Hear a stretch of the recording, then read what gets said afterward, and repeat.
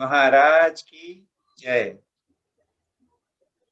आत्मा त्वं गिरिजामतिः सहचराः प्राणा शरीरं गृहाम् पूजाते विषयोपभोगरचना निद्रा समाधि स्थितिः संचारः पदयो प्रदक्षिण विधि स्तोत्राणि सर्वा गिरो यद्यत् कर्म करोमि तत्तदखिलम् शम्भो तवाराधनम्।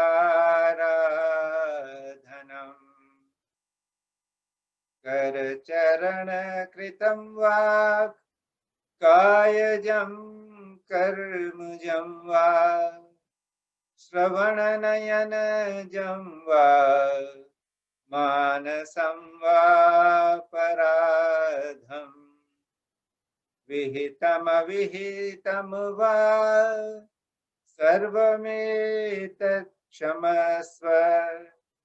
जय जय करुणाब्धे श्री महादेव शंभो। जय जय करुणाब्धे श्री महादेव शंभो। सद्गुरुनाथ महाराज की जय।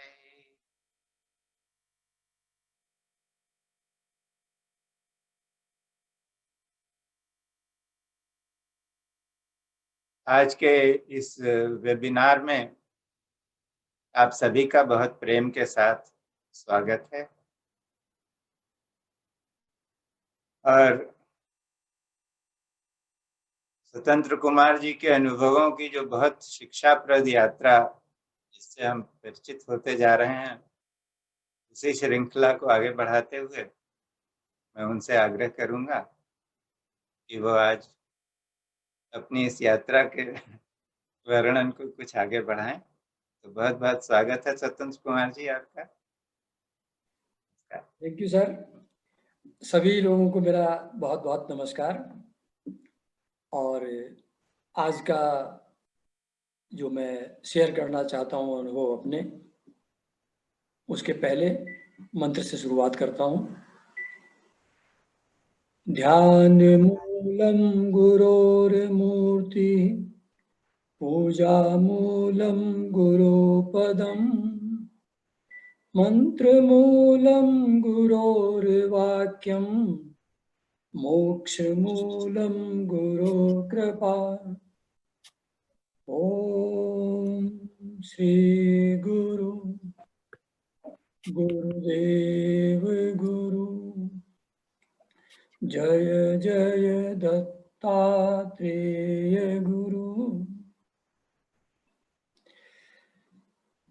तो पिछले ट्यूसडे के वेबिनार में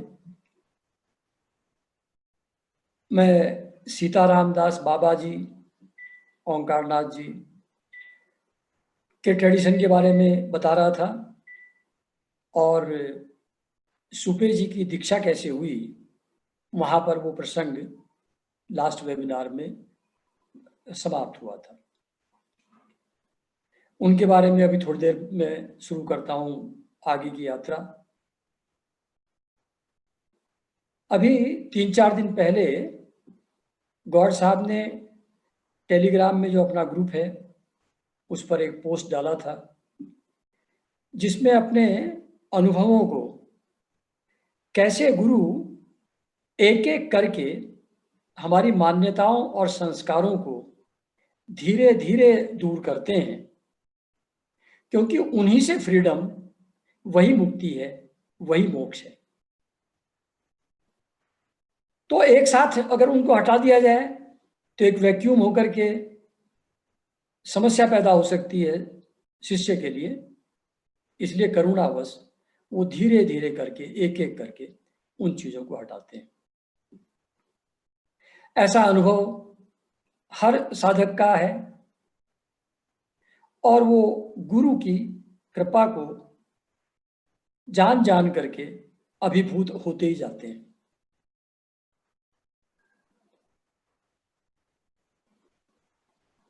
ओशो कहते थे इस बारे में कि जो जो भी बोरोड है आपके पास, जो भी मान्यताएं आपने बाहर से ली हैं, I will take away all those and I will give you that which you already have. जब ये हट जाएगा तो अपने स्वभाव से परिचित आदमी स्वयं हो जाएगा। ये 2005 में मैं बेंगलोर आया था, 3 साल यहाँ रहा।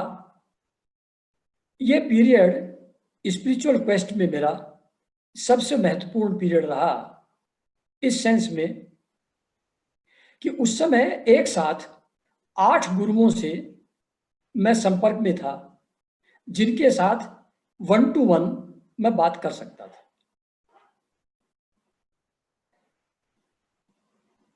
उसी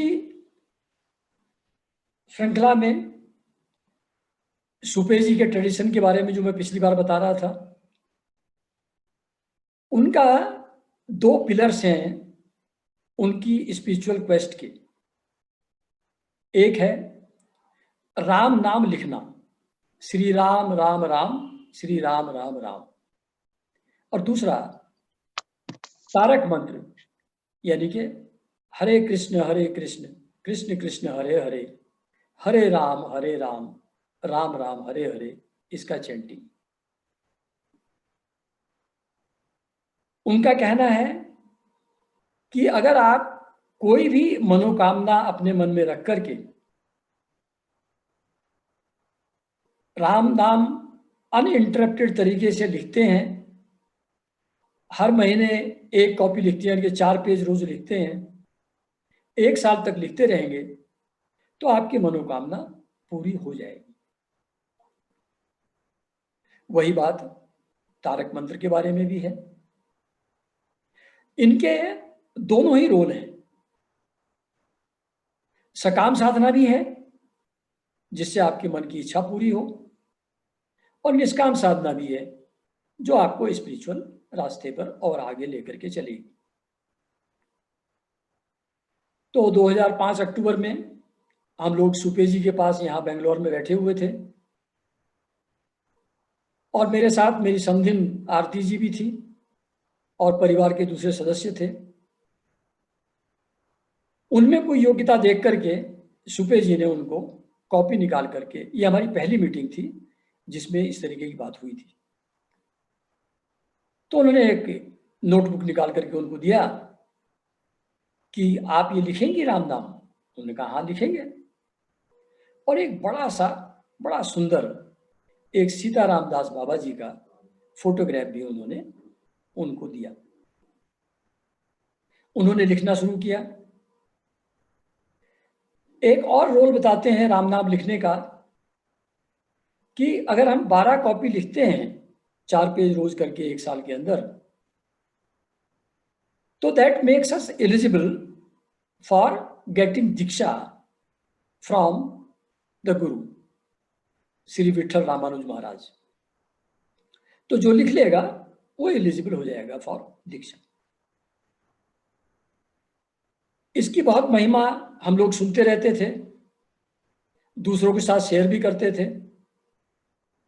तो एक दिन हम ऐसी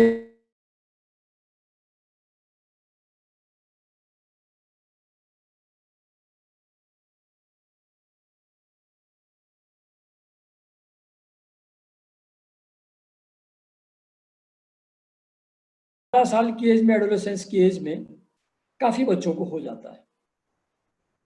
तो वो बहुत ब्रिलियंट स्टूडेंट था, अचानक पढ़ना लिखना बंद हो गया और फेल होने लगा। तो ऑब्वियसली बहुत चिंतित थे हमारे मित्र। उनकी वाइफ काफी पूजा प्रार्थना किया करती थी, लेकिन ये जरा लेफ्ट लीनिंग के थे मित्र हमारे, वो इन चीजों में बिलीव नहीं करते थे। मैंने उनको कहा कि कोई हार्म नहीं है ट्राई करने में, आप जरा चलिए मेरे साथ, हो सकता है कोई रास्ता निकल आए। मैं उनको सुपे जी के पास लेकर गया, तो उन्होंने, हमारे मित्र ने कहा कि ऐसी ऐसी प्रॉब्लम बच्चे की चल रही है, we wish well for our children. तो सुपे जी ने बहुत ही कर्ट तरीके से उनको कहा, योर विशिंग इज मेर विशफुल थिंकिंग। जब तुम्हारे पास है ही कुछ नहीं तो दोगे क्या? कुछ अर्जित करो तो दे पाओगे। तो उन्होंने कहा क्या करूं? कहले ये लो कॉपी और लिखो राम नाम। तो अब जीवन की समस्या इतनी बड़ी थी कि वो अपनी विचारधारा जो लेफ्ट लीनिंग वाली थी उस पर कायम फिर नहीं रह पाए, और उन्होंने राम नाम लिखना शुरू कर दिया। लिखना शुरू किया तो धीरे धीरे करके 6 महीने में ही बेटा लाइन पर आ गया, फिर से वापस उसकी पढ़ाई लिखाई ठीक से शुरू हो गई। तो इस तरीके के अनेकों अनुभव हमारे सामने, हम लोगों के सामने आए, हमारे मित्रों के सामने आए, और काफी लोग जो मेरे कांटेक्ट में उस समय थे वो श्री राम राम राम लिखने लगे कॉपी में, और कुछ लोग उनमें से तारक मंत्र का वो भी करने लगे, जप भी करने लगे। तो उसी समय एक हमारे क्लोज रिलेटिव, मतलब मेरी वाइफ के भाई, उनको कोई असाइनमेंट मिला बेंगलोर में, वर्क असाइनमेंट उनकी कंपनी की तरफ से। बच्चा उनका उस समय 3 महीने का ही था, 3-4 महीने का। तो वो लोग यहाँ पर आए, हम लोगों के साथ रहने लगे। जो मेरी वाइफ की मदर हैं वो भी काफ़ी स्पिरिचुअली इंक्लाइंड हैं, ट्रेडिशनल तरीके से काफ़ी पूजा प्रार्थना करती हैं। कृष्ण भगवान का अच्छा सा मंदिर उन्होंने अपने बनाया हुआ है पूजा रूम में, और सर्दी में स्वेटर पहनाती हैं कि ठंडी लग जाएगी भगवान जी को, गर्मी में पंखा चलाती हैं कि गर्मी लग जाएगी भगवान जी को। ऐसा भाव उनके अंदर है। तो एक बार जब भी कहीं जाती हैं तो वो कृष्ण जी को अपने साथ लेकर के जाती हैं। तो एक बार उनकी 4 बेटियां उस समय तक थी, तो सपने में एक देखा, एक मंदिर, ऐसा मंदिर जो उन्होंने कभी देखा हुआ नहीं था, और उसमें आम के 2 आम लटके हुए थे। ये उस मंदिर में एंटर हुई और वो दोनों आम उनकी गोल उसमें पल्लू में आकर के गिर गए। फिर कुछ समय बाद उनके एक एक करके 2 बेटे हुए। बाद में जब वो तिरुपति नाथ गई तो देखा यही मंदिर था जहां से ये फल मिले थे, और जहां से उसके फलस्वरूप दोनों पुत्रों की उनको प्राप्ति हुई थी। काफी इंट्यूटिव हैं वो, बहुत चीजें उनको पता लग जाती हैं, और एक भगवान की जो सृष्टि है उसमें स्वप्न बहुत ही यूजफुल चीज बनाई है, क्योंकि कॉन्शियस माइंड में उतना क्लियर कम्युनिकेशन जरा डिफिकल्ट हो जाता है। तो गुरु और भगवान जब कुछ कम्युनिकेट करना चाहते हैं इंपॉर्टेंट चीज, तो वो स्वप्न के माध्यम से करते हैं। तो ऐसे स्वप्न में आकर के उनको वो दिया था प्रसाद उन्होंने, जो आया उनके जीवन में। मेरे साले की जो वाइफ है वो भी एक ऐसे परिवार से हैं जिनकी मदर बहुत ही ज्यादा धार्मिक, बहुत ही ज्यादा सेवा भाव रखने वाली हैं। सुबह उठ करके 3-4 घंटा अमृतसर से जो शब्द कीर्तन लाइव रिले होता है स्वर्ण मंदिर से, उसको वो नियमित रूप से सुनती थी। उससे इतनी क्लैरिटी उनके अंदर आ गई, इतना ज्यादा वो आसक्ति और द्वेष से बिल्कुल खत्म, अलग हो गई। ना अटैचमेंट, ना किसी के अगेंस्ट कोई बुरी भावना। मैं उनसे कभी कभी बैठ के बात करता था तो बहुत अच्छा लगता था उनके साथ बैठ करके। इन दोनों की बैकग्राउंड ऐसी थी, लेकिन इन दोनों का कोई इंटरेस्ट तब तक जगह नहीं था स्पिरिचुअल फील्ड में। तो जैसा लक्कड़ साहब कहते हैं कि ठेकेदार ने ऊपर से जब पत्थर मारा सर पे, तो तब उनको होश आया, तब उस मजदूर ने ऊपर सर उठा करके देखा, तो तब कम्युनिकेशन पॉसिबल हुआ। तो ऐसी स्थिति, ये जो इनके जीवन की कहानी है, उसमें अनेकों स्पिरिचुअल कंसेप्ट्स को समझने में हम लोगों को काफी मदद मिलेगी। इसलिए इसको थोड़ा सा डिटेल में मैं बताऊंगा। ये हम लोग साथ में रहने लगे, तो जो मेरे साले की वाइफ हैं, वो उनके पिताजी की बहुत जल्द कम उम्र में मृत्यु हो गई थी। किसी रिलेटिव या किसी ने उनकी हेल्प किया नहीं, मदद किया नहीं, और थोड़ा बहुत जो रेंट आता था एक छोटे से फ्लैट का, उसी से खाने पीने का गुजारा चलता था।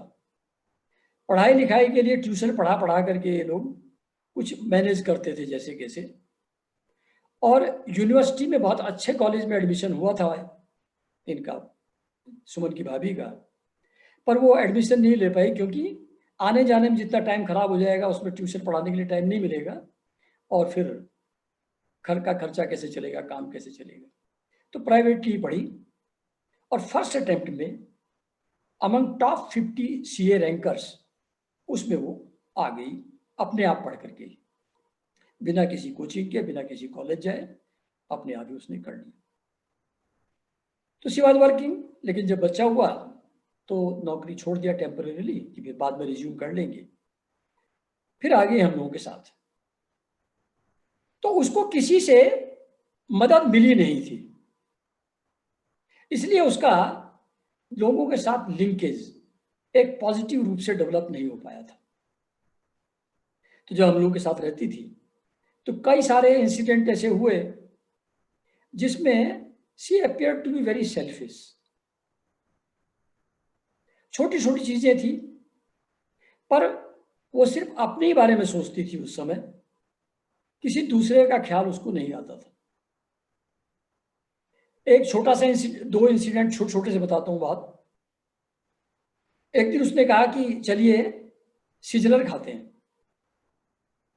उस दिन घर में किसी का भी स्थिति ऐसी नहीं थी कि वहां चले। मेरी बेटी थोड़ा बहुत टायर्ड थी, वाइफ की तबीयत थोड़ा खराब थी, और मेरा तो बाहर खाने में इंटरेस्ट ही नहीं था। तो कोई भी जाने में इंटरेस्टेड नहीं था, बट शी इंसिस्टेड। हम लोग सब गए, अच्छे मूड में गए, कोई मुंह लटका के नहीं गए, और खा पी करके आ गए। खैर, ऐसे ही जब खाना खाने बैठते थे तो मैं ग्रीन सैलड लास्ट में खाया करता था। उसको ख्याल ही नहीं, जब तक मैं खाना खा रहा हूं तब तक उसने सैलड खत्म कर दिया। तो ऐसी ऐसी घटनाएं होती रहती थी मतलब। और लोगों को ऑब्वियसली, जो आसपास के रिश्तेदार थे, फ्रेंड्स थे, थोड़ा खराब भी लगता था। तो एक दिन मैंने उसको कन्फ्रंट किया। मैंने कहा, देखो तुम ये करती हो, ये करती हो, ये करती हो, और तुमको किसी का ख्याल। कहते हाँ जी, ये कैसे, ये ठीक कैसे होगा। ये अद्भुत बात है। नॉर्मली लोग डिफेंसिव पर आकर के या काउंटर अटैक करने लगते हैं। उसने कहा ये ठीक कैसे होगा, क्योंकि उसका बैकग्राउंड ऐसा था कि she could very easily understand कि जो कह रहे हैं बात तो ठीक कह रहे हैं। मैंने कहा देखो, ये जान लेना कि एक कमी है। ये पहला स्टेप है, इसी से रास्ता खुल जाता है। दूसरी बात, कोई ना कोई साधना करने की आवश्यकता है, क्योंकि कैरेक्टर में चेंज विल पावर से या सोचने से नहीं आता। चिंता करना बेकार है, सोचने से समझने से काम नहीं बनता, चिंता तो होती रहती है।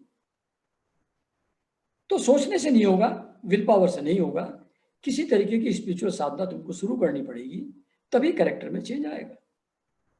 तो उसने कहा क्या करूं? मैंने कहा ये लो कॉपी उठाओ, लिखो राम राम। तो उसने श्री राम राम राम राम लिखना शुरू किया, and transformation was so great. Within 6 months, she became so friendly and caring for everyone. Today, in our family, everybody likes and loves her. ये प्रताप था श्री राम राम लिखने का with in a period of 6 months only. तो ये इसी तरीके के अनुभव होते गए, बहुत से लोग इस उसमें जुड़ते गए। मेरा जो साला है वो बहुत अच्छी नौकरी में था, अच्छा काम कर रहा था सैप में, और ये उसकी वाइफ को, मेरी वाइफ ने कहा कि तुम नौकरी कर लो, बच्चा तुम्हारा मैं देख लूंगी। तो ऐसे आगे बढ़ना शुरू हुआ, लेकिन काम के सिलसिले में साधु को बार बार जाना पड़ता था इधर से उधर, किसी दूसरी जगह काम करने के लिए 6-6 महीने 8-8 महीने के असाइनमेंट होते थे। उसके कारण से दोनों लोग साथ नहीं रह पाते थे। इसलिए डिसाइड किया कि हम कुछ ऐसा करें कि साथ में रह पाए। गुरुजी से पूछा कि मैं नौकरी छोड़ करके कुछ अपना काम कर लूं। उन्होंने कहा हाँ कर लो, उसमें पैसा कुछ कम मिलेगा। तो यार चलो, पैसे की तो कोई ऐसी बात नहीं है, कम मिलेगा, कम में चला लेंगे, लेकिन साथ रहना जरूरी है। दिल्ली चले गए हम लोग, ट्रांसफर होकर कोचिन चले गए, ये लोग दिल्ली चले गए और अपना काम करने लगे। हर चीज में जब नौकरी छोड़ा था तो गुरुजी से पूछा था। फिर काम करते करते 2-3 दोस्त मिल गए जो सिमिलरली अपना अपना काम करने की शुरू फिराक में थे या कर रहे थे। इन्होंने मिलकर के एक कंपनी बना लिया, और कंपनी भी ऐसी बड़ी जिसमें 100 इंजीनियर्स को एम्प्लॉय कर लिया। अब जब प्रारब्ध के हिसाब से कोई कुछ होना होता है, जीवन में कुछ घटना घटनी होती है, तब वैसी बुद्धि आदमी की हो जाती है। हर चीज के लिए गुरुजी से पूछते थे। जब कंपनी बनाई तो गुरुजी से नहीं पूछा, कंपनी बना के शुरू कर दिया काम, और कनॉट सर्कस में ले लिया ऑफिस, जो सबसे कॉस्टली जगह है। अब काम शुरू हुआ, ठीक ठाक सा थोड़ा चल रहा था, तो एक बहुत बड़ी कंपनी का एक कॉन्ट्रैक्ट फ्लोट हो रहा था। उसमें बहुत सारे प्लेयर्स थे। इनकी कंपनी ने भी उसमें कोटेशन डालने का विचार किया, डाला। तो ये सोच रहे थे कि इतना बड़ा प्रोजेक्ट है ये अगर मिल जाए तो फिर हमारा काम बहुत अच्छी तरह चल जाएगा। तो मेरे साले की वाइफ ने संकल्प किया कि ये कॉन्ट्रैक्ट हमको मिल जाए। ये कॉन्ट्रैक्ट कर, ये संकल्प करके राम नाम लिखना शुरू किया, 12 कॉपी लिखना शुरू किया। कॉन्ट्रैक्ट मिल गया। सबसे बड़ा लॉस उसी कॉन्ट्रैक्ट में हुआ, उसी से इन लोगों की बैकबोन ब्रेक हो गई। तो सकाम साधना का एक बहुत बड़ा पिटफॉल ये है, हम नहीं जानते कि हमारे लिए क्या ठीक है। कभी हम ऐसी चीज मान बैठ सकते हैं जो हमारे लिए बहुत ही कष्ट का, बहुत ही परेशानी का कारण बन जाए। तो ये एक सीख इन लोगों को मिली। उसके बाद इन्होंने कुछ मांग करके लिखना बंद कर दिया और प्रेम से ऐसी राम नाम लिखते थे, ऐसी अपनी साधना करते थे। आगे चलना शुरू हुआ काम। लॉस बढ़ते गए, स्टाफ की सैलरी नहीं पे कर पा रहे हैं, गवर्नमेंट के टैक्स नहीं जमा कर पा रहे हैं, सब तरीके की समस्याएं शुरू हो गई। गुरु लोगों ने कहा बंद कर दो इसको, लेकिन अभी सीख पूरी नहीं हुई थी, इसलिए वो बात, उसको ये लोग इम्प्लीमेंट करने में सफल नहीं हुए गुरु के आदेश को कि इसको बंद कर दो, ये चलेगा नहीं। वो चलता रहा, लॉस बढ़ते गए, ये प्रोसेस ऑन था। और ये लोग फिर सुपे जी के कांटेक्ट में काफ़ी रहे। उस समय तक सुपे जी को उनके गुरु ने आदेश दिया था कि वो ऋषिकेश में रहने लगे, तो वो बेंगलोर से ऋषिकेश शिफ्ट कर गए थे। ये लोग मिलते रहते थे, उनसे सलाह लेते रहते थे, मार्गदर्शन लेते रहते थे, और अपना पूजा प्रार्थना, राम नाम लिखना उसको चालू रखे हुए थे। ये प्रोसेस चल रहा था। ये जब काम के लिए जाया करता था मेरा साला, तो रास्ते में एक शिव जी का बहुत बड़ा स्टैचू था दिल्ली में, उसके पास से गुजरता था, तो इसको लगता था कि यहाँ थोड़ी देर बैठ करके ध्यान किया जाए, लेकिन जल्दी में रहता था, रुक नहीं पाता था। ऐसा चलता रहा कुछ समय, तो बेटा बीमार होना शुरू हुआ। बेटा बार बार हाई फीवर हो, हम लोग होम्योपैथी में बिलीव करते हैं, होम्योपैथी की दवाई से ठीक ही ना हो पाए वो, तो बहुत ही हर महीने बीमार हो जाए, बहुत हाई फीवर हो जाए, बहुत चिंता होगी, बड़ी परेशानी होगी। पूछा सुपे जी से कि ये हो रहा, क्या हो गया? उन्होंने कहा ऐसा करो, किसी शिव जी के क्षेत्र में जाओ, जैसे श्री शैलम मल्लिकार्जुन, तो आप लोग तीनों, वाइफ, हस्बैंड और बेटा, तीनों जाओ, 3 दिन वहां रहो। किसी भी तीर्थ स्थान का लाभ उठाने के लिए वहां मिनिमम 3 दिन रहना चाहिए। जैसे क्राइस्ट का रिसरेक्शन 3 दिन में हुआ था, नानक जी भी 3 दिन में निकले थे पानी से। तो 3 दिन की एक बहुत बड़ा रोल है, वो उतना रहने से उस जगह की वाइब्रेशंस को आप ठीक से रिसीव कर पाते हैं। और वहां स्थान पुराण पढ़ना चाहिए। जिस भी तीर्थ स्थान में आदमी जाए, उसका स्थान पुराण जो है उसको पढ़ो। तो शिव पुराण भी हम लेके गए। तो मेरी वाइफ ने कहा कि ये लोग जा रहे हैं, आपने भी श्री शैलम मल्लिकार्जुन देखा नहीं है और ज्योतिर्लिंग है, आप भी हो आइए। फिर मेरा एक दामाद भी, उसने भी कहा कि मैं भी चलता हूँ, वो भी चला गया आगे। तो 5 लोग हम लोग वहाँ गए, तो अपना सुबह शाम दर्शन करते थे।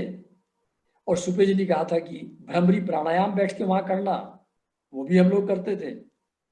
दर्शन करते थे, भ्रमरी प्राणायाम करते थे, स्थान पुराण पढ़ते थे। ऐसे 3 दिन निकले, इतने अच्छे दिन निकले कि वो एक रेयर अनुभव हम लोगों का रहा। और उसके बाद फिर वो बच्चा कभी बीमार नहीं हुआ। ऐसा प्रभाव उस 3 दिन वहां रहने का हुआ। तो जो तीर्थ स्थानों की पावर के बारे में कहा जाता है, उसका प्रत्यक्ष अनुभव हम सब लोगों को हुआ वहां जाने के बाद। स्वप्न की बात मैं कर रहा था थोड़ी देर पहले। तो एक दिन ये मेरे साले की वाइफ को स्वप्न आया, एक मंदिर दिखाई पड़ा और कृष्ण जी की मूर्ति थी उसमें। सुपे जी को पूछा, इसने अपना शेयर किया स्वप्न जो आया था। उन्होंने डिटेल बताया नहीं, पर यह कह दिया कि वृंदावन चली जाओ, एक चक्कर वृंदावन का लगाओ। फिर ये लोग वृंदावन गए, और अब मैं भी था साथ में। तो वहां जाकर के जब बैठे, तो वही मंदिर था जो उसने स्वप्न में देखा था। मतलब जो कहते हैं कि भगवान खुद बुला लेते हैं, तो ऐसे स्वप्न के माध्यम से भगवान ने उनको स्वयं वहां बुला लिया। इनकी परेशानियां चलती रही ऑफिस की, मतलब अपनी कंपनी की।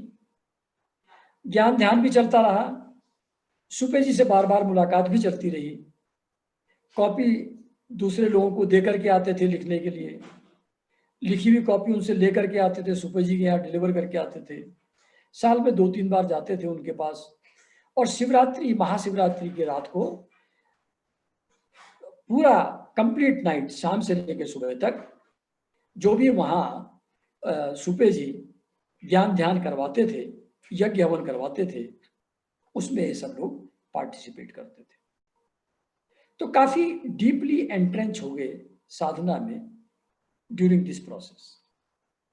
उसी समय इनके एक मित्र ने कहा कि चलो मैं भी 1/4 25% का पार्टनर बन जाता हूं और मैं 1 करोड़ रुपया देता हूं by way of share capital. तो इन्होंने कहा बहुत अच्छा, आ जाओ, ले लिया। गुरुजी के बारे में पूछा था कि फाइनेंस कैसे करें, उन्होंने कहा इन्वेस्टमेंट करवा लेना, लोन मत लेना। तो लोन नहीं लिया, इन्वेस्टमेंट उसके लिए तो हाँ था ही। कुछ समय बाद उस फ्रेंड को लगा कि ये तो कंपनी ठीक नहीं चलने वाली है। उसने इसके हाथ पैर जोड़े और कहा कि मेरा तो तुम ये लोन में कन्वर्ट कर दो इन्वेस्टमेंट को। इसके पार्टनर मना कर रहे थे, पर इसका हृदय इतना विशाल है, इसने एग्री कर लिया और उसको लोन में कन्वर्ट कर दिया। और लोन लेने को मना किया था तो लोन लिया तो नहीं था, पर कन्वर्जन होकर के लोन ही हो गया वो भी एक दिन बैठे हुए थे इनके पास, मैं भी था। तो एफिकेसी ऑफ राम नाम के बारे में बात हम लोग कर रहे थे, तो वो भी राम नाम की कॉपी ले गए लिखने के लिए। और शायद उसने उसका प्रयोग ये अपना लोन का पैसा इनसे वापस लेने के लिए प्रोबेबली उन्होंने किया। तो उनका बेटा ऐसे कॉलेज में पढ़ता था जहां पुलिस कमिश्नर का बेटा पढ़ता था। वो लिंक निकल आया उन लोगों का, और उन्होंने क्या होगा मामले को पुलिस कमिश्नर के सामने। तो पुलिस कमिश्नर ने इनके अगेंस्ट केस लगा दिए, कई सारे लगवा दिए, इकोनॉमिक ऑफेंसेस का, फ्रॉड का, सब केस वेस लगा दिए। वैसा कुछ भी नहीं था, उनको मिला भी कुछ नहीं, लेकिन पुलिस के सामने तो आप कुछ भी नहीं कर पाएंगे। बहुत बुरी हालत में भागे भागे घूमते थे लोग पुलिस से बचने के लिए। गुरु लोगों से फिर पूछा, उन्होंने कहा जैसे भी हो ये पैसा पे करके जान छुड़ाओ, नहीं तो तुम लोगों को ये पुलिस से मुक्ति नहीं मिल पाएगी। फिर जैसे वैसे करके किसी ने अपना फ्लैट बेचा, किसी ने रिश्तेदार से उधार लिया, किसी ने कुछ किया और वो पैसा वापस किया। ये सब इनकी डिफिकल्टीज चलती रही। फिर धीरे धीरे बीच बीच में विठल रामानुज जी दिल्ली आते थे, अपने भक्तों के यहाँ ठहरते थे। अलग अलग भक्तों के यहाँ सत्संग होता था। कोई मयूर विहार में हो रहा है, कोई गुड़गांव में हो रहा है, कोई डिफेंस कॉलोनी में हो रहा है, और दिल्ली में जैसा आप लोग जानते हैं बहुत दूर दूर है सब चीजें। और तब तक इनका डिवोशन इतना बढ़ चुका था कि सुबह शाम दोनों टाइम जहां भी सत्संग होता था, और जितने दिन गुरुजी रहते थे उतना हर समय ये सत्संग अटेंड करते थे, गुरुजी की प्रेजेंस में रहते थे। तो एक जब इनकी बहुत बुरी हालत हो गई, बैंकरप्ट होने की हालत आ गई, बहुत ही डिफिकल्टी में आ गए, तो रोग आकर के मेरे साले की वाइफ ने ठाकुर सीताराम दास बाबा के फोटो के सामने बैठ करके प्रार्थना किया कि मैं तो सिर्फ कीर्तन कर सकती हूँ तारक मंत्र का, मैं तो सिर्फ लिख सकती हूँ राम नाम, वही मैं आपको भेंट कर सकती हूँ। अब ये कंपनी आपकी, ये डेट आपका, इसमें हम लोगों ने बहुत कुछ करके देख लिया, कुछ नहीं हुआ। अब आप ही जो करेंगे वो होगा, अब हमारे बस का कुछ नहीं है। जब ऐसा सरेंडर का भाव पैदा हुआ, 2-3 महीने के अंदर वो गुरुजी वहां आए दिल्ली, विठल रामानुज जी। और वो वृंदावन जा रहे थे, ये लोग भी उनके साथ वृंदावन गए। वापस आते हुए गुरुजी इनकी गाड़ी में बैठ गए। ये तो बहुत ही ओवरवेल्म हो गए कि कैसा अहोभाग्य कि गुरुजी मेरी गाड़ी में बैठे हैं। गुरुजी ने बैठ के कहा कि अरे, उसमें उसका फोटो लगा हुआ था सीताराम दास बाबा जी का, कि अरे आपकी गाड़ी में तो ऑलरेडी बाबा विद्यमान है। ऐसा कहकर के ये लोग वापस आ गए। कोई ऐसी बात विठल रामानुज जी से नहीं हुई कंपनी के बारे में या कोई भी, लेकिन तभी उस कंपनी के टेक ओवर की बात एक बड़ी कंपनी से शुरू हो गई उसी समय। And with in few months वो धीरे धीरे 45 हो गई, और बिल्कुल निक ऑफ टाइम पर, जैसे ही डिक्लेयर होने वाला था लॉकडाउन इस साल, उस समय वो टेक ओवर हो गई और ये लोग अपनी मुसीबत से बाहर वहां से निकल कर आए। इसमें दूर दूर तक कोई डाउट नहीं है कि ये बाबा की कृपा का ही फल है, जिसके कारण से ये लोग फ्री हो पाए।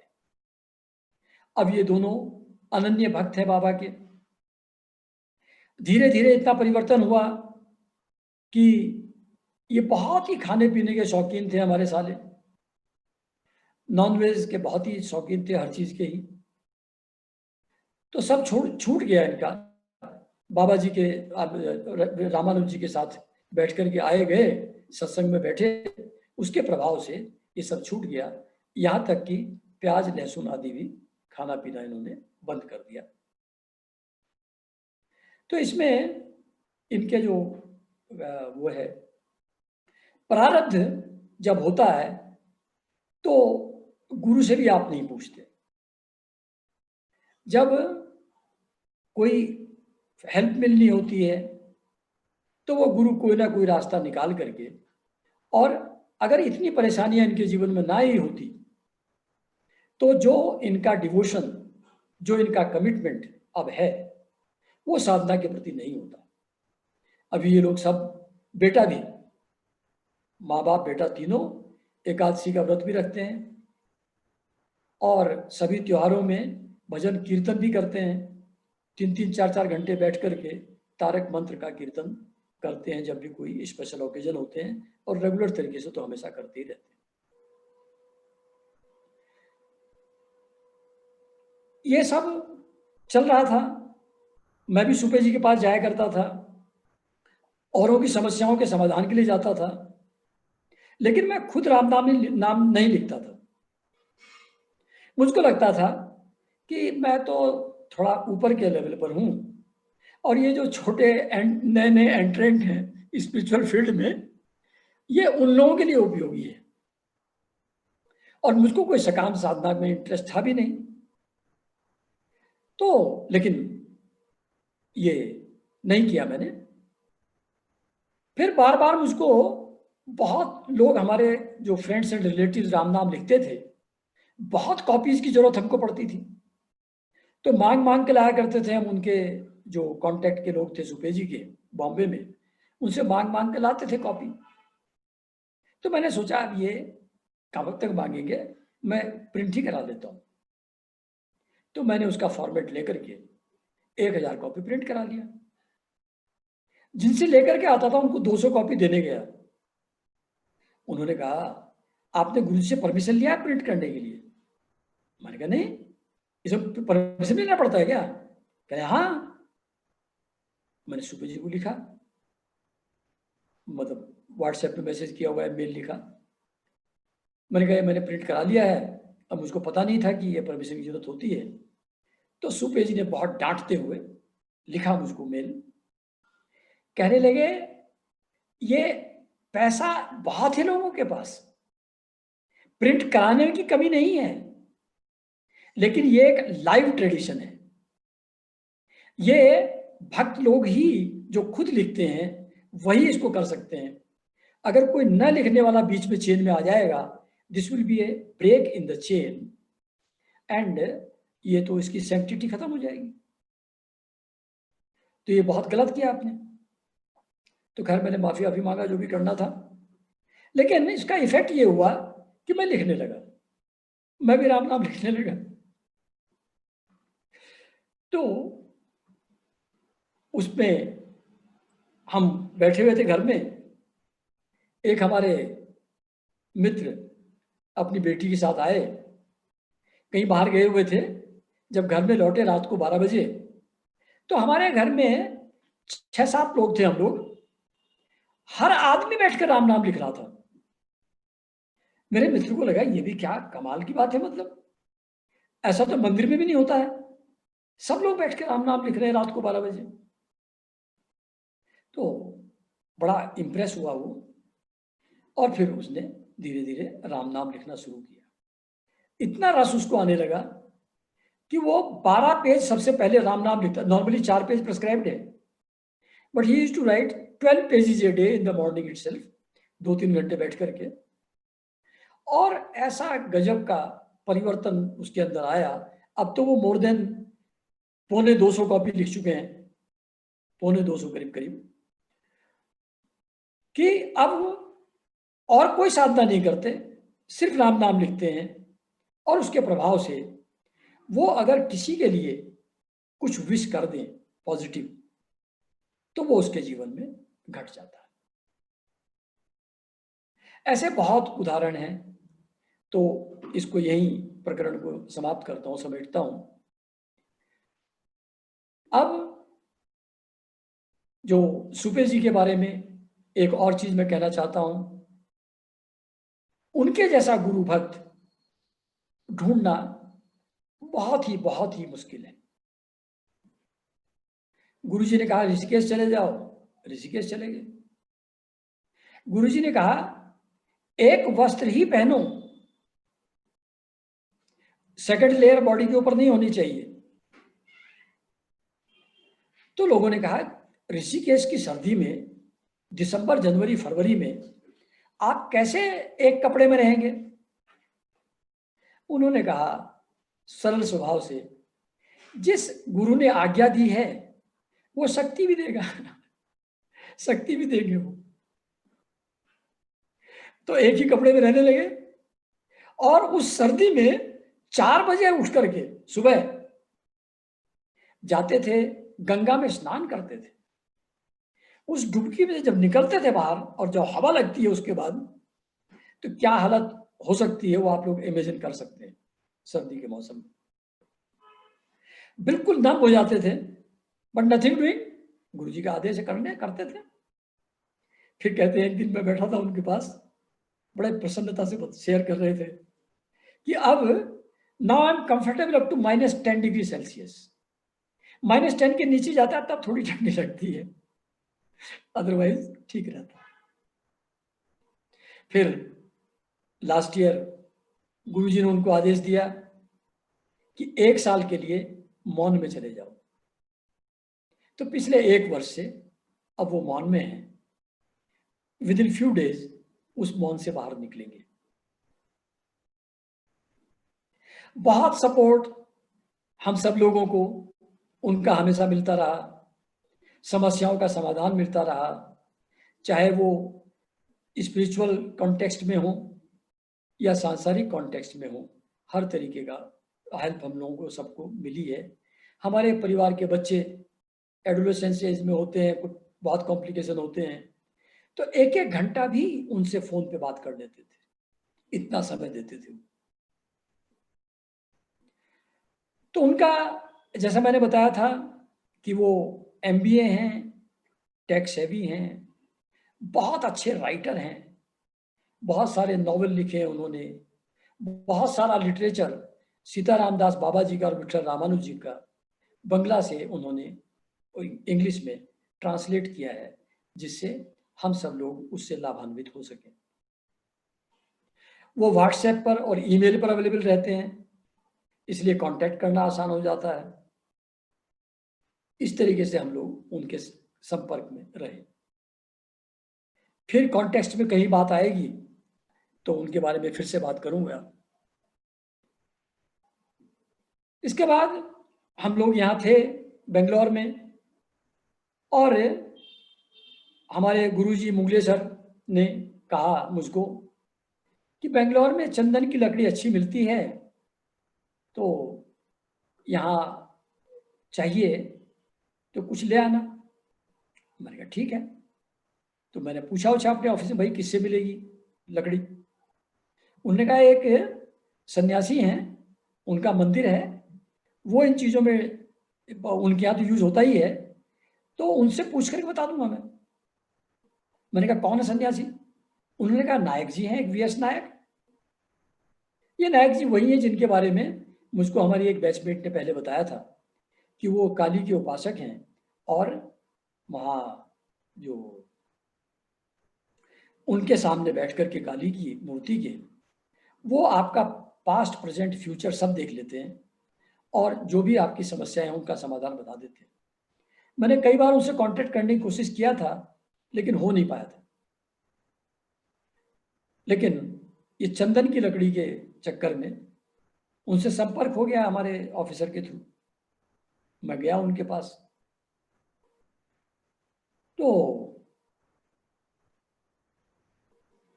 हमारे जो, मुझको गप मारने की आदत तो ज़्यादा है ही, तो काफ़ी लोगों के साथ मैं शेयर करता था चीज़ें।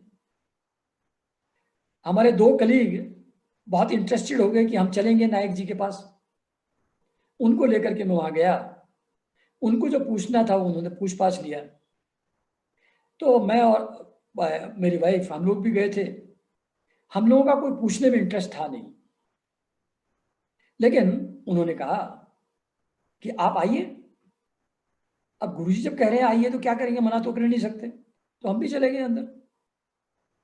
तो उनके लेफ्ट साइड में देवी की मूर्ति रहती थी, सामने एक दीपक जलता था, कपूर कपूर जलता था, और राइट में बैठाते थे वो उनको जिनके क्वेश्चन है या जिनके बारे में बात करना है। तो वहां बैठ करके कपूर वपूर जलाया, उन्होंने पूजा अपना शुरू किया और कहा कि आपकी आध्यात्मिक यात्रा सर्प दोष के कारण से रुक गई है, क्योंकि कुंडलिनी शक्ति वही आधार है स्पिरिचुअल क्वेस्ट का। सर्प दोष में वो जागृत हो नहीं सकती। तो आप कुके सुब्रमण्या मंदिर जाइए, 2 दिन की वहां सर्प दोष की पूजा होगी, उससे आप इस समस्या से निजात पाएंगे और आगे आपका स्पिरिचुअल क्वेस्ट का रास्ता खुलेगा। मैं इन चीजों में बिलीव नहीं करता था कि कोई दूसरी पूजा कर दे, कोई दूसरा आदमी, और उससे मेरा फायदा हो जाए। इन चीजों में मुझको विश्वास था नहीं। लेकिन 20 साल की साधना हो गई थी। अब सोचा कि इतनी छोटी सी चीज के लिए अगर कहीं रुकावट आती है तो ये रिस्क लेने लायक नहीं है। इसका फायदा हो या ना हो, नुकसान तो नहीं होगा। ऐसा सोच करके मैं चला गया, मैं और मेरी वाइफ। और वहाँ 2 दिन की प्रोलॉन्ग्ड साधना, उसमें खाना भी वहीं से खाना होता है, और इवनिंग में खाना नहीं खाते, और जो वो खाने को देते हैं वही खाना होता है, उसके अलावा नहीं। बहुत अच्छा अरेंजमेंट था। गवर्नमेंट मैनेज्ड टेम्पल है।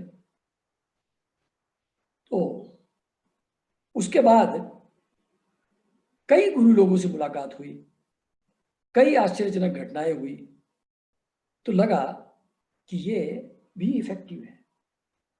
तो एक जो और मेंटल कंस्ट्रक्शन था अगेंस्ट दिस काइंड ऑफ पूजा, वो भी ब्रेक हुआ इस माध्यम से। तो वो एक आप लोगों ने सुना होगा, उस समय तेंदुलकर जी की एक बार फॉर्म काफी खराब हो गई थी और उनकी एल्बो में प्रॉब्लम हो गई थी, टेनिस एल्बो हो गया था उनका। किसी ने बताया होगा कि भैया ऐसे ऐसे सॉल्यूशन हो सकता है। तो वो आए थे इनके पास, नायक जी के पास, उनकी पूजा उन्होंने कराई थी, और करने के इमीडिएटली बाद वो फिर से सेंचुरी मारना शुरू कर दिया तेंदुलकर जी ने। ये भी सुना हम लोगों ने, अमिताभ जी की भी हुई थी, लाइक दैट। तो एक और आस्था कि भगवान के बनाए हुए सभी सिस्टम ठीक हैं, किसी को भी हम नकार नहीं सकते। सबकी उपयोगिता है, सब कुछ ठीक है।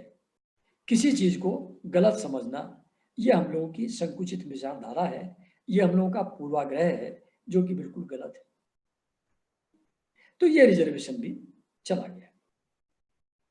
अब थोड़ा सा नायक जी के बारे में बताता हूं।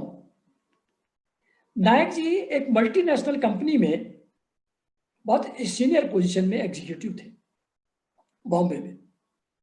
खाने पीने का बहुत शौक था और मस्त रहते थे, पार्टी मैन थे बेसिकली। एक रात सपने में देवी आई और देवी ने कहा कि वेस्टर्न कपड़े पहनना बंद करो, दारू पीना बंद करो। तो खैर ये सपने से निकले, इनको लगा तो सपना तो कुछ भी आ सकता है, सपने से क्या होता है, तो उसका कोई नोटिस इन्होंने नहीं लिया। दोबारा ऐसा ही घटना बढ़ी कुछ दिन बाद, फिर स्वप्न में ऐसा ही आदेश मिला, फिर इन्होंने नहीं किया। तीसरी बार आदेश मिला, फिर इन्होंने नहीं किया। तो अब क्या होगा? गए सुबह कपड़े पहनने के लिए, अलमारी खोली तो सारे कपड़े जैसे तेज प्रेस से जल जाते हैं वैसे जले हुए टंगे हुए थे। जितने भी वेस्टर्न कपड़े थे सब जले हुए टंगे हुए। लाए कपड़े उपड़े कुछ कहीं दूसरा पहना जो नॉन, वो तो जलाया नहीं था ना, जो नॉन वेस्टर्न था वो तो था घर में, वो पहन पहन के काम चलाया। शाम को दारू पीने के लिए बोतल रखी टेबल पे, मुड़े पीछे गिलास उठाने के लिए, जब सामने मुंह किया तो बोतल है ही नहीं, बोतल गायब। तो इनको लगा ये क्या है, शेयर किया कुछ लोगों से, उन्होंने कहा कुछ भूत प्रेत का चक्कर लग रहा है, कोई तंत्र मंत्र का चक्कर लग रहा है, इसकी तो कोई तांत्रिक पूजा करवाओ, उससे ठीक होगा। इनका नहीं, बकवास, ये सब मैं नहीं करता, ये he was very strong man. तो इन्होंने घर में आके चिल्लाना शुरू किया, कौन है कि जो ऐसे परेशान कर रहा मुझको बिना मतलब। तो देवी प्रकट हो गई, सामने जगते हुए प्रकट हो गई। देवी ने कहा मैं हूं और ये तुमको करना है जो मैं कह रही हूं। इस तरह, लेकिन मैं क्यों, आपके करोड़ों डिवोटी हैं, मैं तो आपका डिवोटी हूं भी नहीं, मैंने तो आपका नाम भी जीवन में कभी नहीं लिया, मेरा इन चीजों में कोई इंटरेस्ट नहीं है, तो व्हाई डू यू चूज मी। उन्होंने कहा वो तुम्हारा काम नहीं है, अब हमने चूज कर लिया, अब तुम ये काम करो। तो हम लोग सोचते हैं कि हम भगवान से कांटेक्ट करते हैं, जिससे करवाना होता है, जिसका जो रोल होता है लाइफ में, वो गुरु या भगवान। शुरू किया, नौकरी वोकरी छूट गई, बहुत गरीबी में आ गए, बहुत बुरी हालत में आ गए, बेंगलोर में शिफ्ट हो गए बॉम्बे से। देवी ने कहा कि सुबह 4 बजे तैयार रहना, तुमको नेक्स्ट स्टेप बताना साधना का। इन्होंने कहा मैं ठंडे पानी में तो नहा नहीं सकता और गर्म पानी करना मेरे पास साधन है नहीं, गर्म पानी दोगी तो नहाऊंगा, नहीं तो नहीं। देवी ने कहा चल यार देंगे तुमको, वो भी देंगे। तो फिर गर्म पानी अरेंज किया देवी ने उनको नहाने के लिए, सुबह नहा धो करके दिया। तो पूरा प्रक्रिया कैसे पूजा प्रार्थना करना है वो सब देवी ने उनको सिखाया। और वो उन्होंने देवी को कहा कि ये कर तो रहा हूं मैं सब, लेकिन जो भी डिवोटी आते हैं, जो भी लोग मेरे पास आएंगे, मैं उनको ये नहीं कहना चाहता कि तुम्हारा प्रारब्ध है, इसमें कुछ नहीं हो सकता। अगर प्रारब्ध के हिसाब से ही सब कुछ चलना है तो फिर गुरु के पास आने की जरूरत क्या है, तब भगवान की पूजा प्रार्थना की जरूरत क्या है, फिर तो चल ही रहा है। तो आपको मुझको ऐसी पावर देना होगा जिससे मैं लोगों को मदद कर पाऊं। उन्होंने कहा चलो ठीक है, दे देंगे तुमको। तो एक दिन ऐसे ही सब ट्रेनिंग जो है उनको कभी सपने में आके दे देती थी, कभी दीवार पर इंस्ट्रक्शन लिख देती थी और उसको ये फॉलो करते थे। तो पूजा प्रार्थना की सब विधियां इन्होंने सीख लिया और मूर्ति बनवाया और मंदिर की स्थापना किया। एक दिन रात में सोए हुए थे, अचानक देखा, नींद खुली कि एक बहुत ही सुंदर लेडी न्यूड उनके पास लेटी हुई है। ये आश्चर्यचकित हुए, ये क्या? लेकिन साधना काफी कर चुके थे तब तक, इसलिए इमीडिएटली इनको दिमाग में वो मतलब ठनका कि ये गुरु का ही ये देवी का ही किया हुआ है। जैसे ही ये रिमेम्बरेंस इनके दिमाग में आई कि ये देवी हैं, तो तुरंत इनके बिस्तर से देवी गायब और सामने खड़ी होकर के मुस्कुरा रही है। तो ये एक शिक्षा कि जो गुरु के सिद्ध के फॉल होने का एक मेन कारण होता है, वो इसी तरीके का टेम्पटेशन, ऐसा ही प्रलोभन किसी स्त्री के कारण से, स्त्री होगी तो पुरुष के कारण से, पुरुष है तो स्त्री के कारण से, ऐसा जीवन में आता है। यह चीज उन्होंने शेयर किया मुझसे और कहा कि देखो, ध्यान रखना, इस टेम्पटेशन से फ्री होना बहुत जरूरी है किसी भी सिद्ध के लिए या किसी गुरु के लिए, तो आगे चल के तुमको काम आएगा, ऐसा उन्होंने बताया।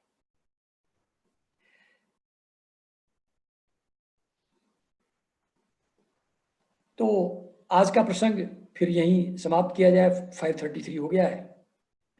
तो फिर नेक्स्ट गुरु के बारे में अगली बार, अगले ट्यूसडे को हम लोग चर्चा करेंगे। तो सब लोगों को बहुत बहुत नमस्कार और धन्यवाद इतने प्रेम से सुनने के लिए। Thank you very much. नमस्कार। Thank you सुतन Kumar ji. आज का बहुत विशेष रहा आपका प्रवचन, इस माने में कि एक बहुत महत्वपूर्ण आयाम या एस्पेक्ट आपने कवर किया। कि अक्सर लोगों को ऐसी धारणा होती है कि स्पिरिचुअलिटी का मतलब है दुनिया से परे कुछ कहीं जाना, लेकिन असली बात यह है कि अध्यात्म और ये जगत दोनों एक दूसरे के साथ मिले हुए हैं। अध्यात्म अलग नहीं है और ये जगत भी अलग नहीं है, क्योंकि इसी जगत के माध्यम से सारे ऐसे अनुभव होते हैं जिससे कि हम अध्यात्म में ऊपर जा सकते हैं। तो इन सबके पीछे गुरु तत्व की क्या भूमिका है, ये आज इस बात से, विशेष रूप से जो साधुओं का अनुभव आपने सुनाया, उससे ये साबित होती है कि जो प्रारब्धवशात होने वाला है वो तो होगा, लेकिन जब गुरु तत्व हमारे जीवन में कार्यरत होने लगता है तो हमको कहीं न कहीं से ऐसी अंतर्दृष्टि मिल जाती है जिसके कारण हम परेशान तो जरूर होते हैं वक्ती तौर पर, जो हमें भोगना है वो भोगते हैं, लेकिन उससे जो सीख मिलने वाली होती है वो हमें बहुत जल्दी मिल जाती है और बहुत जल्दी हम उससे मुक्त हो जाते हैं, उसमें फंसते नहीं और दूसरे अन्य कर्मों का निर्माण नहीं होता है उसके माध्यम से ताकि जिससे आगे और भी फंसने का या मुश्किल में पड़ने का रास्ता बने। तो एक बहुत ही महत्वपूर्ण विषय को आपने आज स्पर्श किया, बहुत गहराई से बताया और बड़ी ईमानदारी के साथ। बहुत बहुत धन्यवाद। I think it's time for us to meditate. So normally we have never repeated our meditations, but last time we did the meditation on pure awareness, and I feel like repeating it today again. So everybody just become aware of your posture. You can adjust yourself so that the spine becomes more erect. And in one of our programs, we had spoken about the Abhay Mudra, which is a posture of great strength and confidence. And the moment we think of strength and confidence, we find that the spine automatically becomes more straight, and it is as if we start growing up towards the ceiling. And so become aware of your body and see that the body is holding and supporting itself.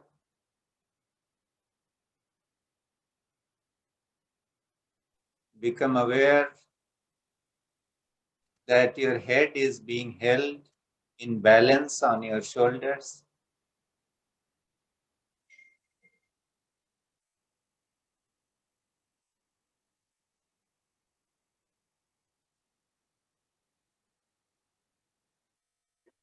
Pay attention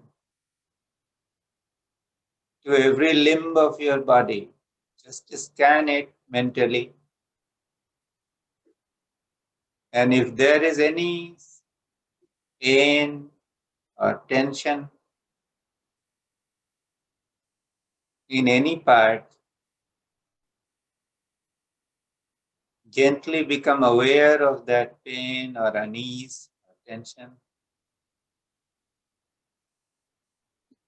Let your breath move in that area, and as it moves out,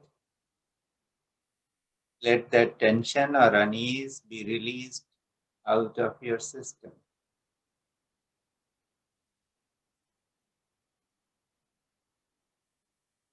You need not close your eyes, because when we close our eyes, there is a tendency to get caught up in the mind and its thoughts. So when the eyes are open, it's much easier to be fully in the present. Pay attention to your breath as it comes in and as it moves out. Breathe in, breathe out, breathe in, breathe out. Do not force your breath. Do not make any effort to breathe. Just let the breath move into you by its own power, and then move out of you by its own power.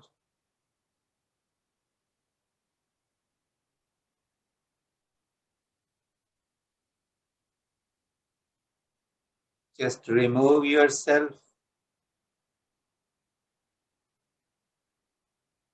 from what the breath is doing to your body.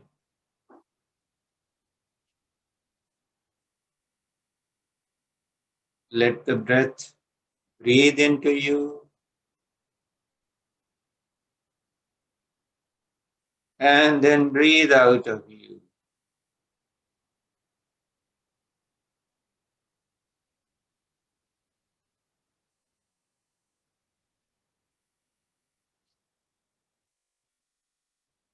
You will notice that the more aware of breath you become,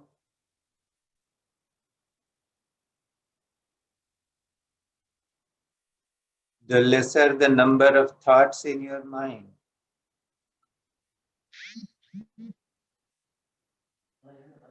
As you rest in the breath, the mind also asks for a leave of absence. It also wants to rest. So let the mind rest.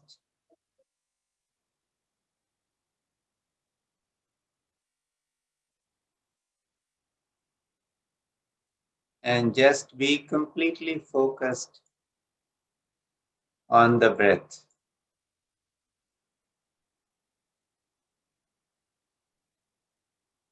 Breathe in, breathe out, breathe in,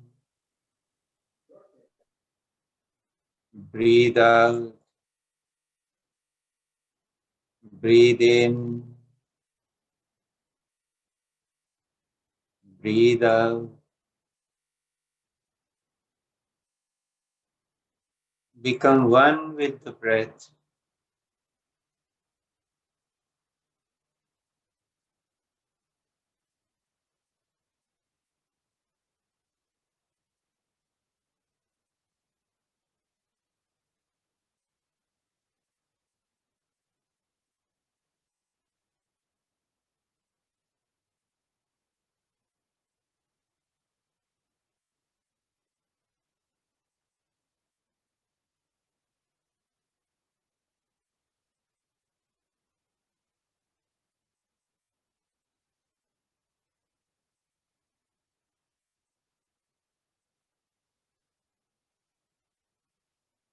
Now try and be aware of what is happening in the body.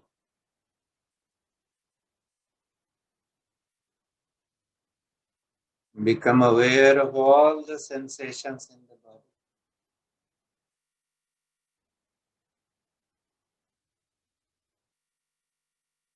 Pay attention to the movement of the chest as it comes up and goes down. Be aware of the movement in your belly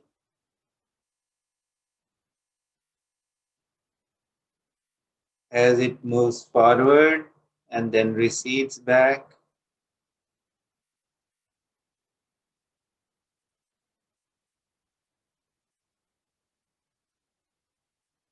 Try and become aware of the process of breath, the entire passage of breathing, so that you are aware at the same time of the sensation at the tip of your nose and the movements in your chest and your belly.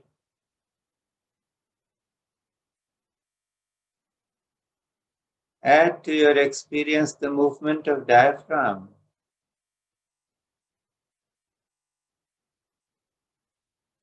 Feel how the diaphragm moves down when the breath comes in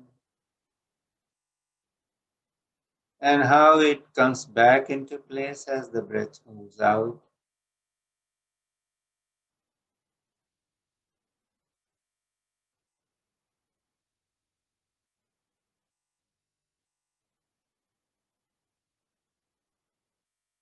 Become aware of any sensation you may be having in the toes of your feet.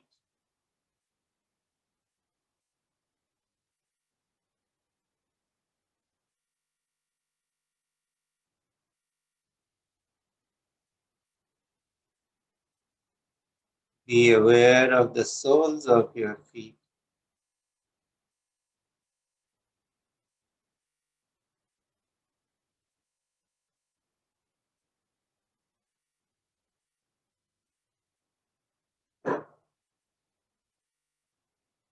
Shift your awareness to the heels.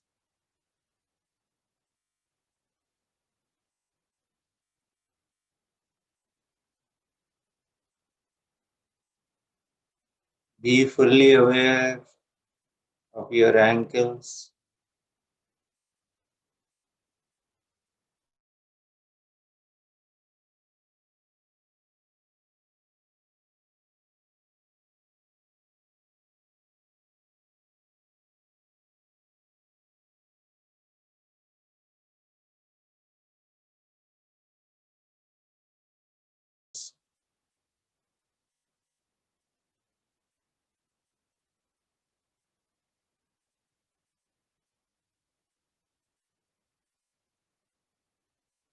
Be aware of your knees.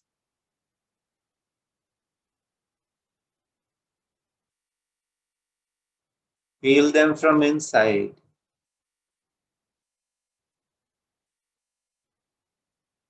And also from the outside.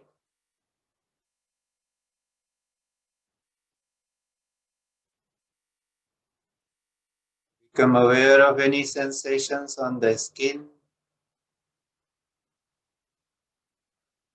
as you watch the knees.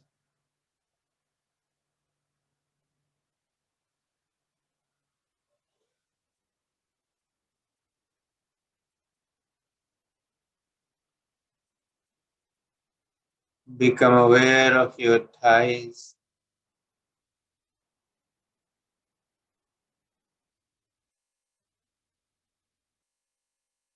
Your buttocks.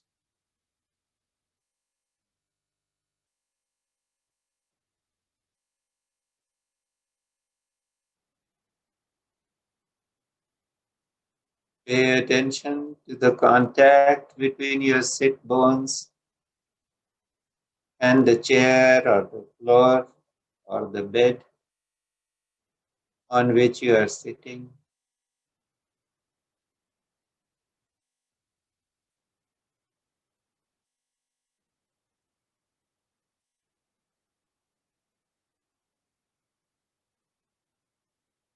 Become aware of the tailbone.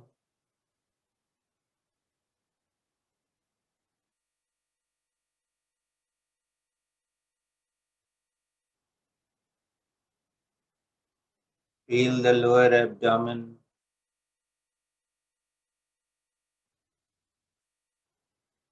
See the movement that is there when the breath comes in.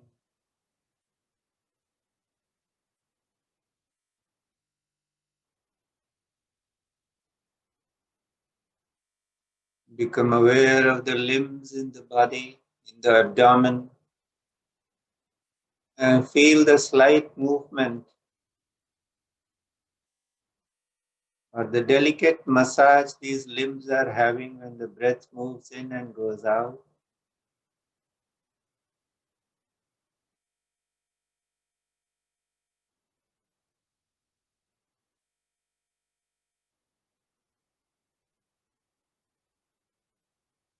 Become aware of the skin as your belly gets distended with the incoming breath, and then it gently goes back into place.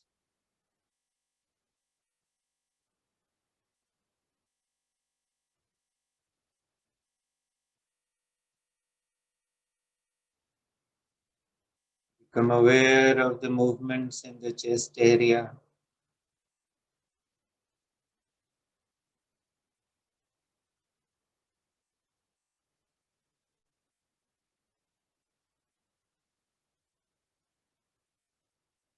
Bring your attention to your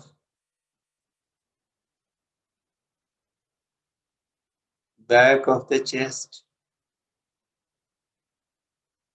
the area where the shoulder blades are.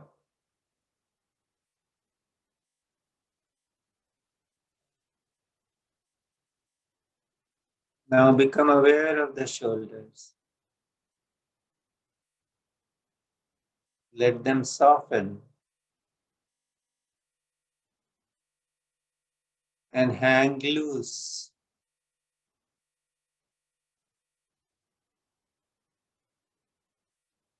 Feel the sensation of relaxation that comes into the arms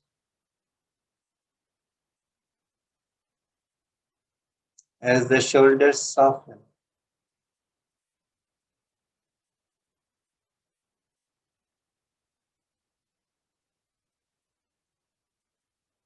Become aware of how your palms are placed.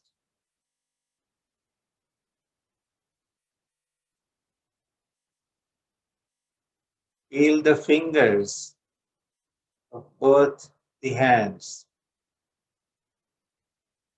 and become aware of the sensation, if any, in these fingers.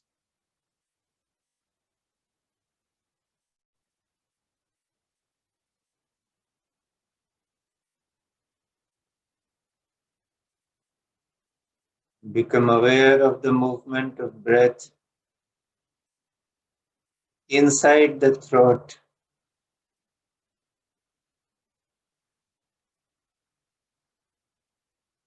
And at the same time, become aware of how the skin outside feels.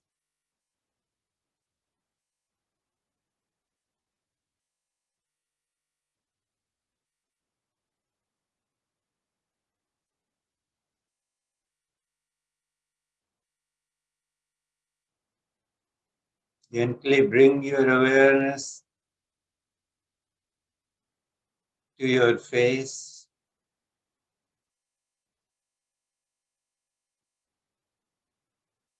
the lower lip, the upper lip, nose,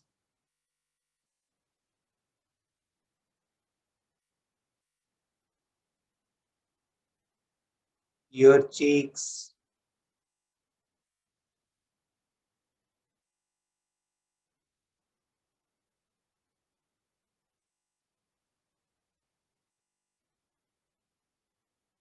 area around your eyes,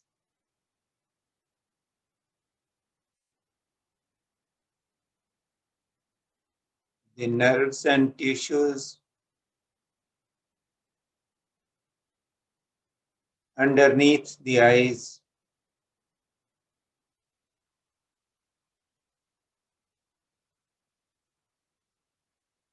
Become aware of your eyebrows, your forehead,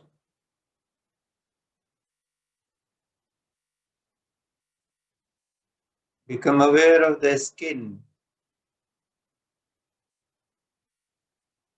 on your forehead. If there are any creases, let them be removed. Let the forehead become smooth and carefree.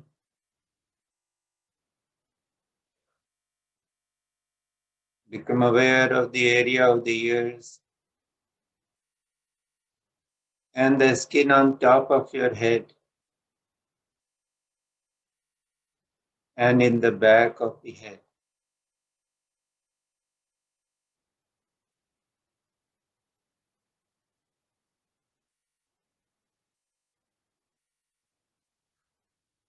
Now try to become aware of your whole body at the same time.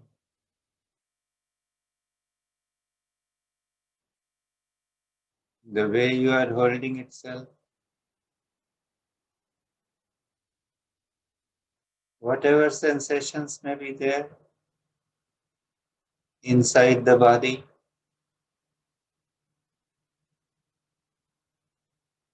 Now pay attention to the contact between your skin and your clothes.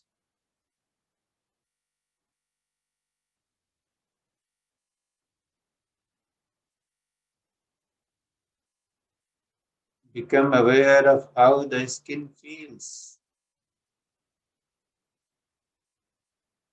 where it is coming in contact with the clothes.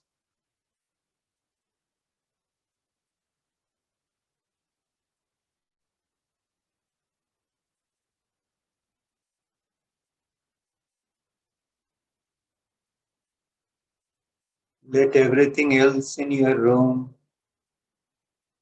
or wherever you may be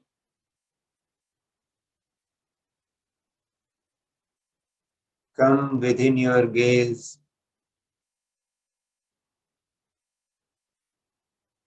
Let your senses reach out to everything that is there with you this moment.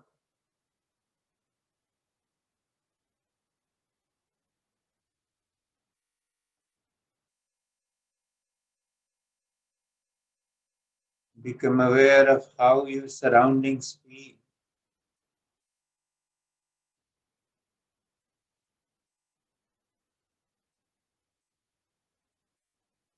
What is the temperature in the room? What things are lying there? Who else is present before you or with you?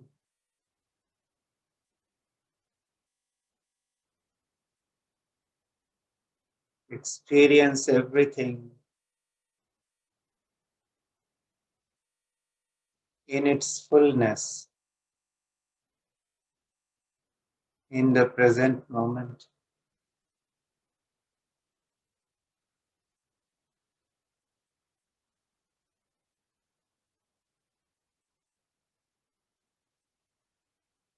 Allow your awareness to expand further.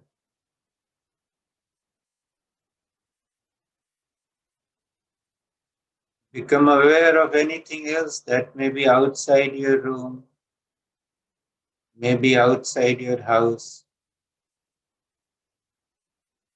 The sounds you may hear,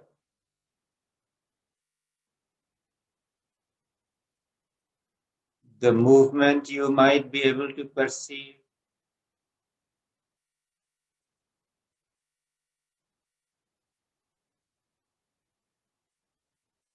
The events that might be taking place.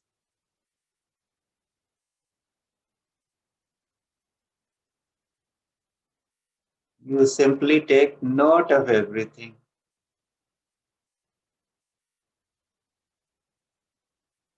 Because it is your awareness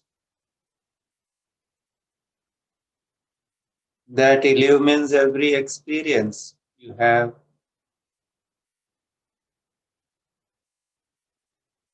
And that awareness is neutral.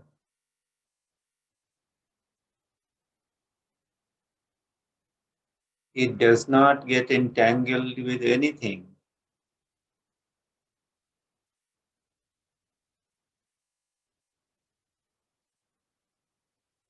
So be in the state of a witness.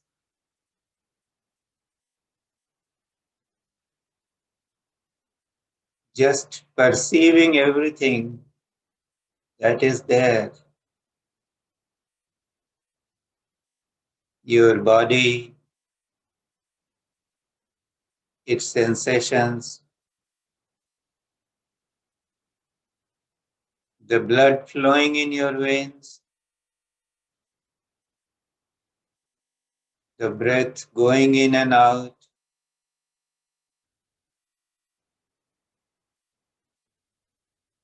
the heart pumping the blood and purifying the blood.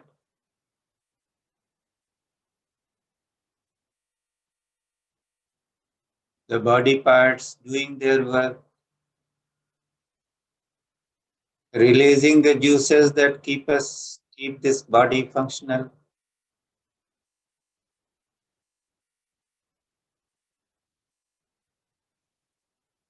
The touch between the skin and your clothes.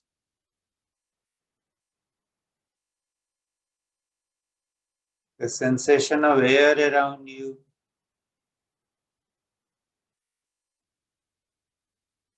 The taste in your mouth.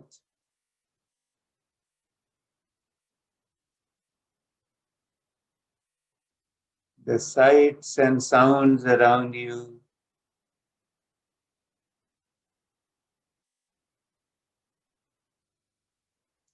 Let your awareness expand and perceive everything.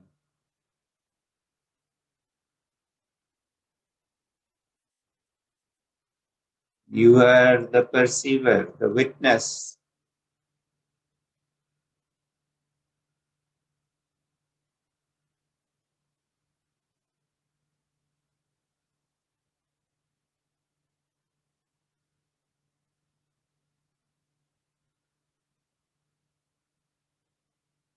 Sit quietly in this experience of expanded awareness or diffused awareness.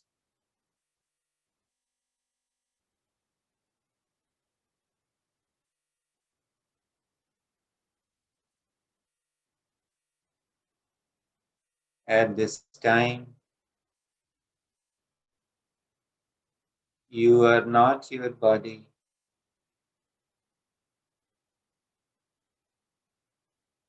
You are not your senses.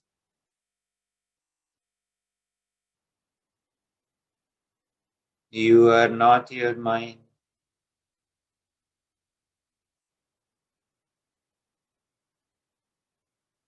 You are pure awareness.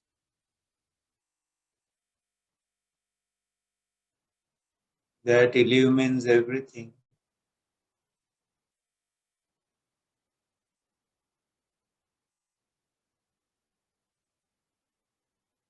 But never gets touched by anything.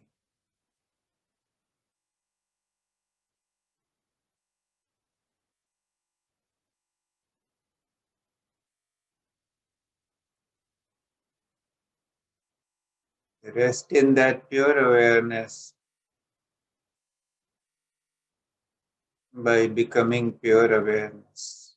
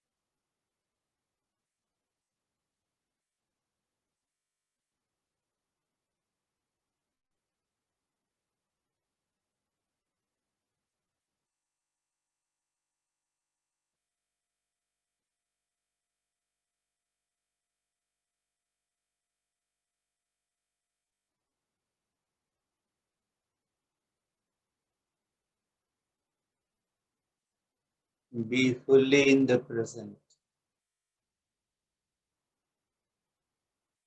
When we perceive the present moment and put our senses and the mind into being there fully, there is no past, there is no future.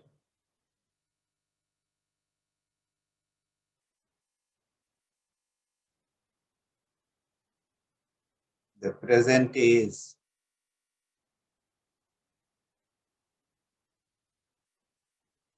and that is eternal.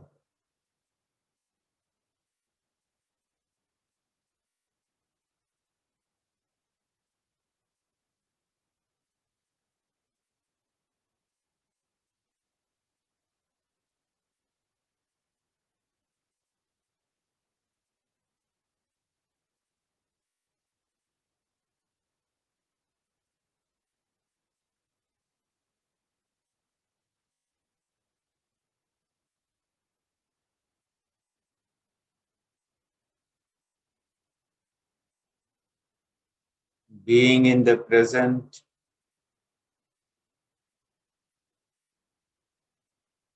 is the greatest gift that we can give to our mind.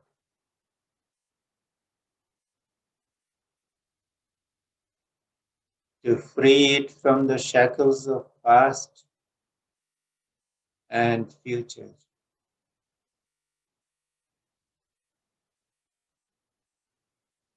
So give this great gift to your mind by being there fully in the present moment.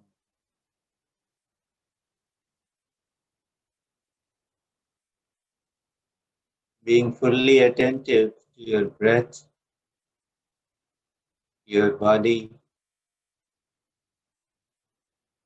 and your environment.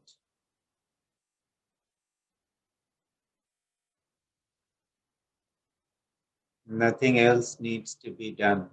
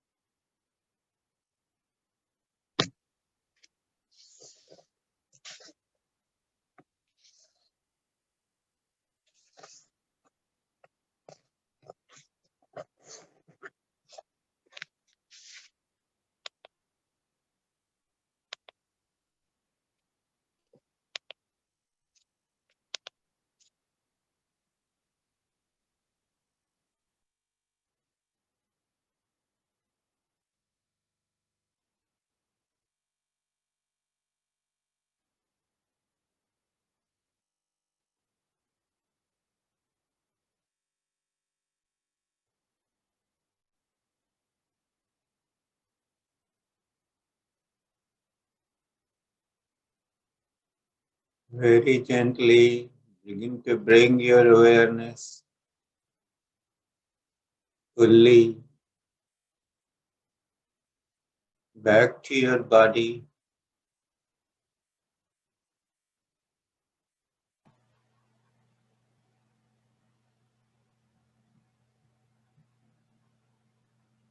Become aware of your toes, the soles of your feet,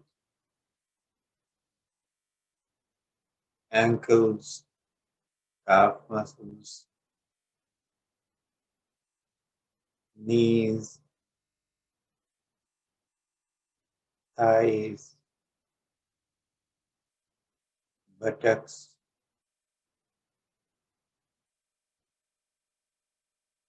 the lower abdomen, the stomach area, shoulders, the arms, elbows,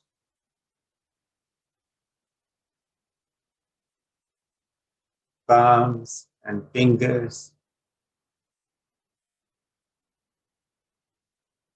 Become aware of the movement of the chest.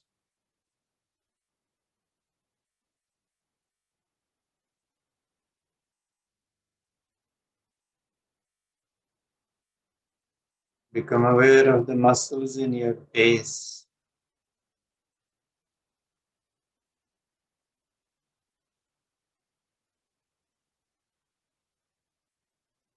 The sensations that are there in your body. The taste in your mouth.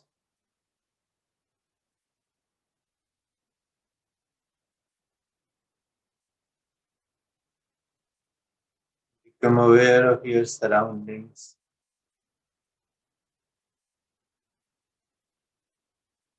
And when you are ready,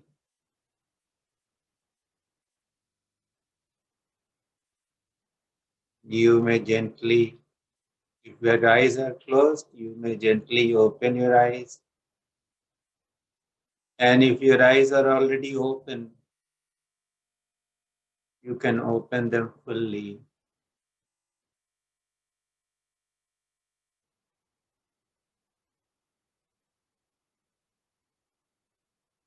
You have been in the now moment.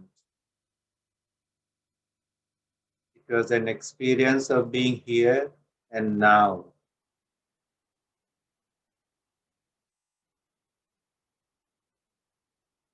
It's a great practice that you can carry and do anytime, anywhere. Even when you have 2 minutes, you can just be fully present in those 2 minutes.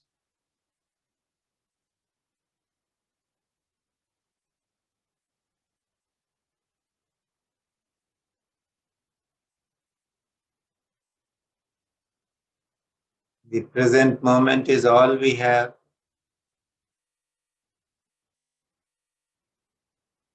And its awareness is very empowering because anything we can do for ourselves is in the present moment. And we can't do it unless we are there.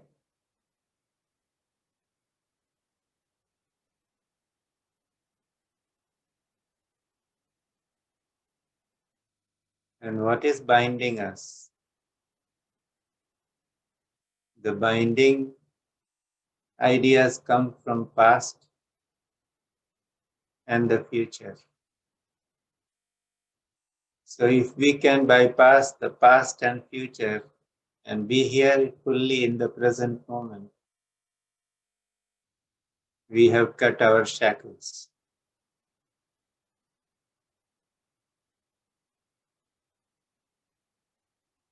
This was a small taste of that, and hope all of you enjoy it. If there are any questions you might want to ask, and do so.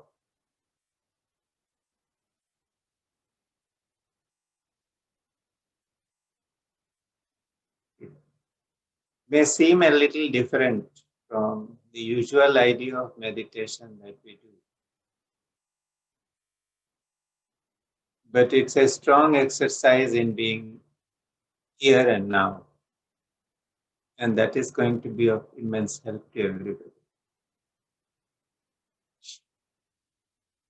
So if there are no questions, some people maybe would like to continue with the state they are in. So thank you very much for being here in this webinar today. And we will finish or end with the closing mantras. Om Sahana Bhavatu Sahanau Bhunaktu Sah Viryam Karavavahai Tejasvinavadhitamastu ma vidvishavahai. Om Shanti Shanti Shanti. सद्गुरुनाथ महाराज की जय।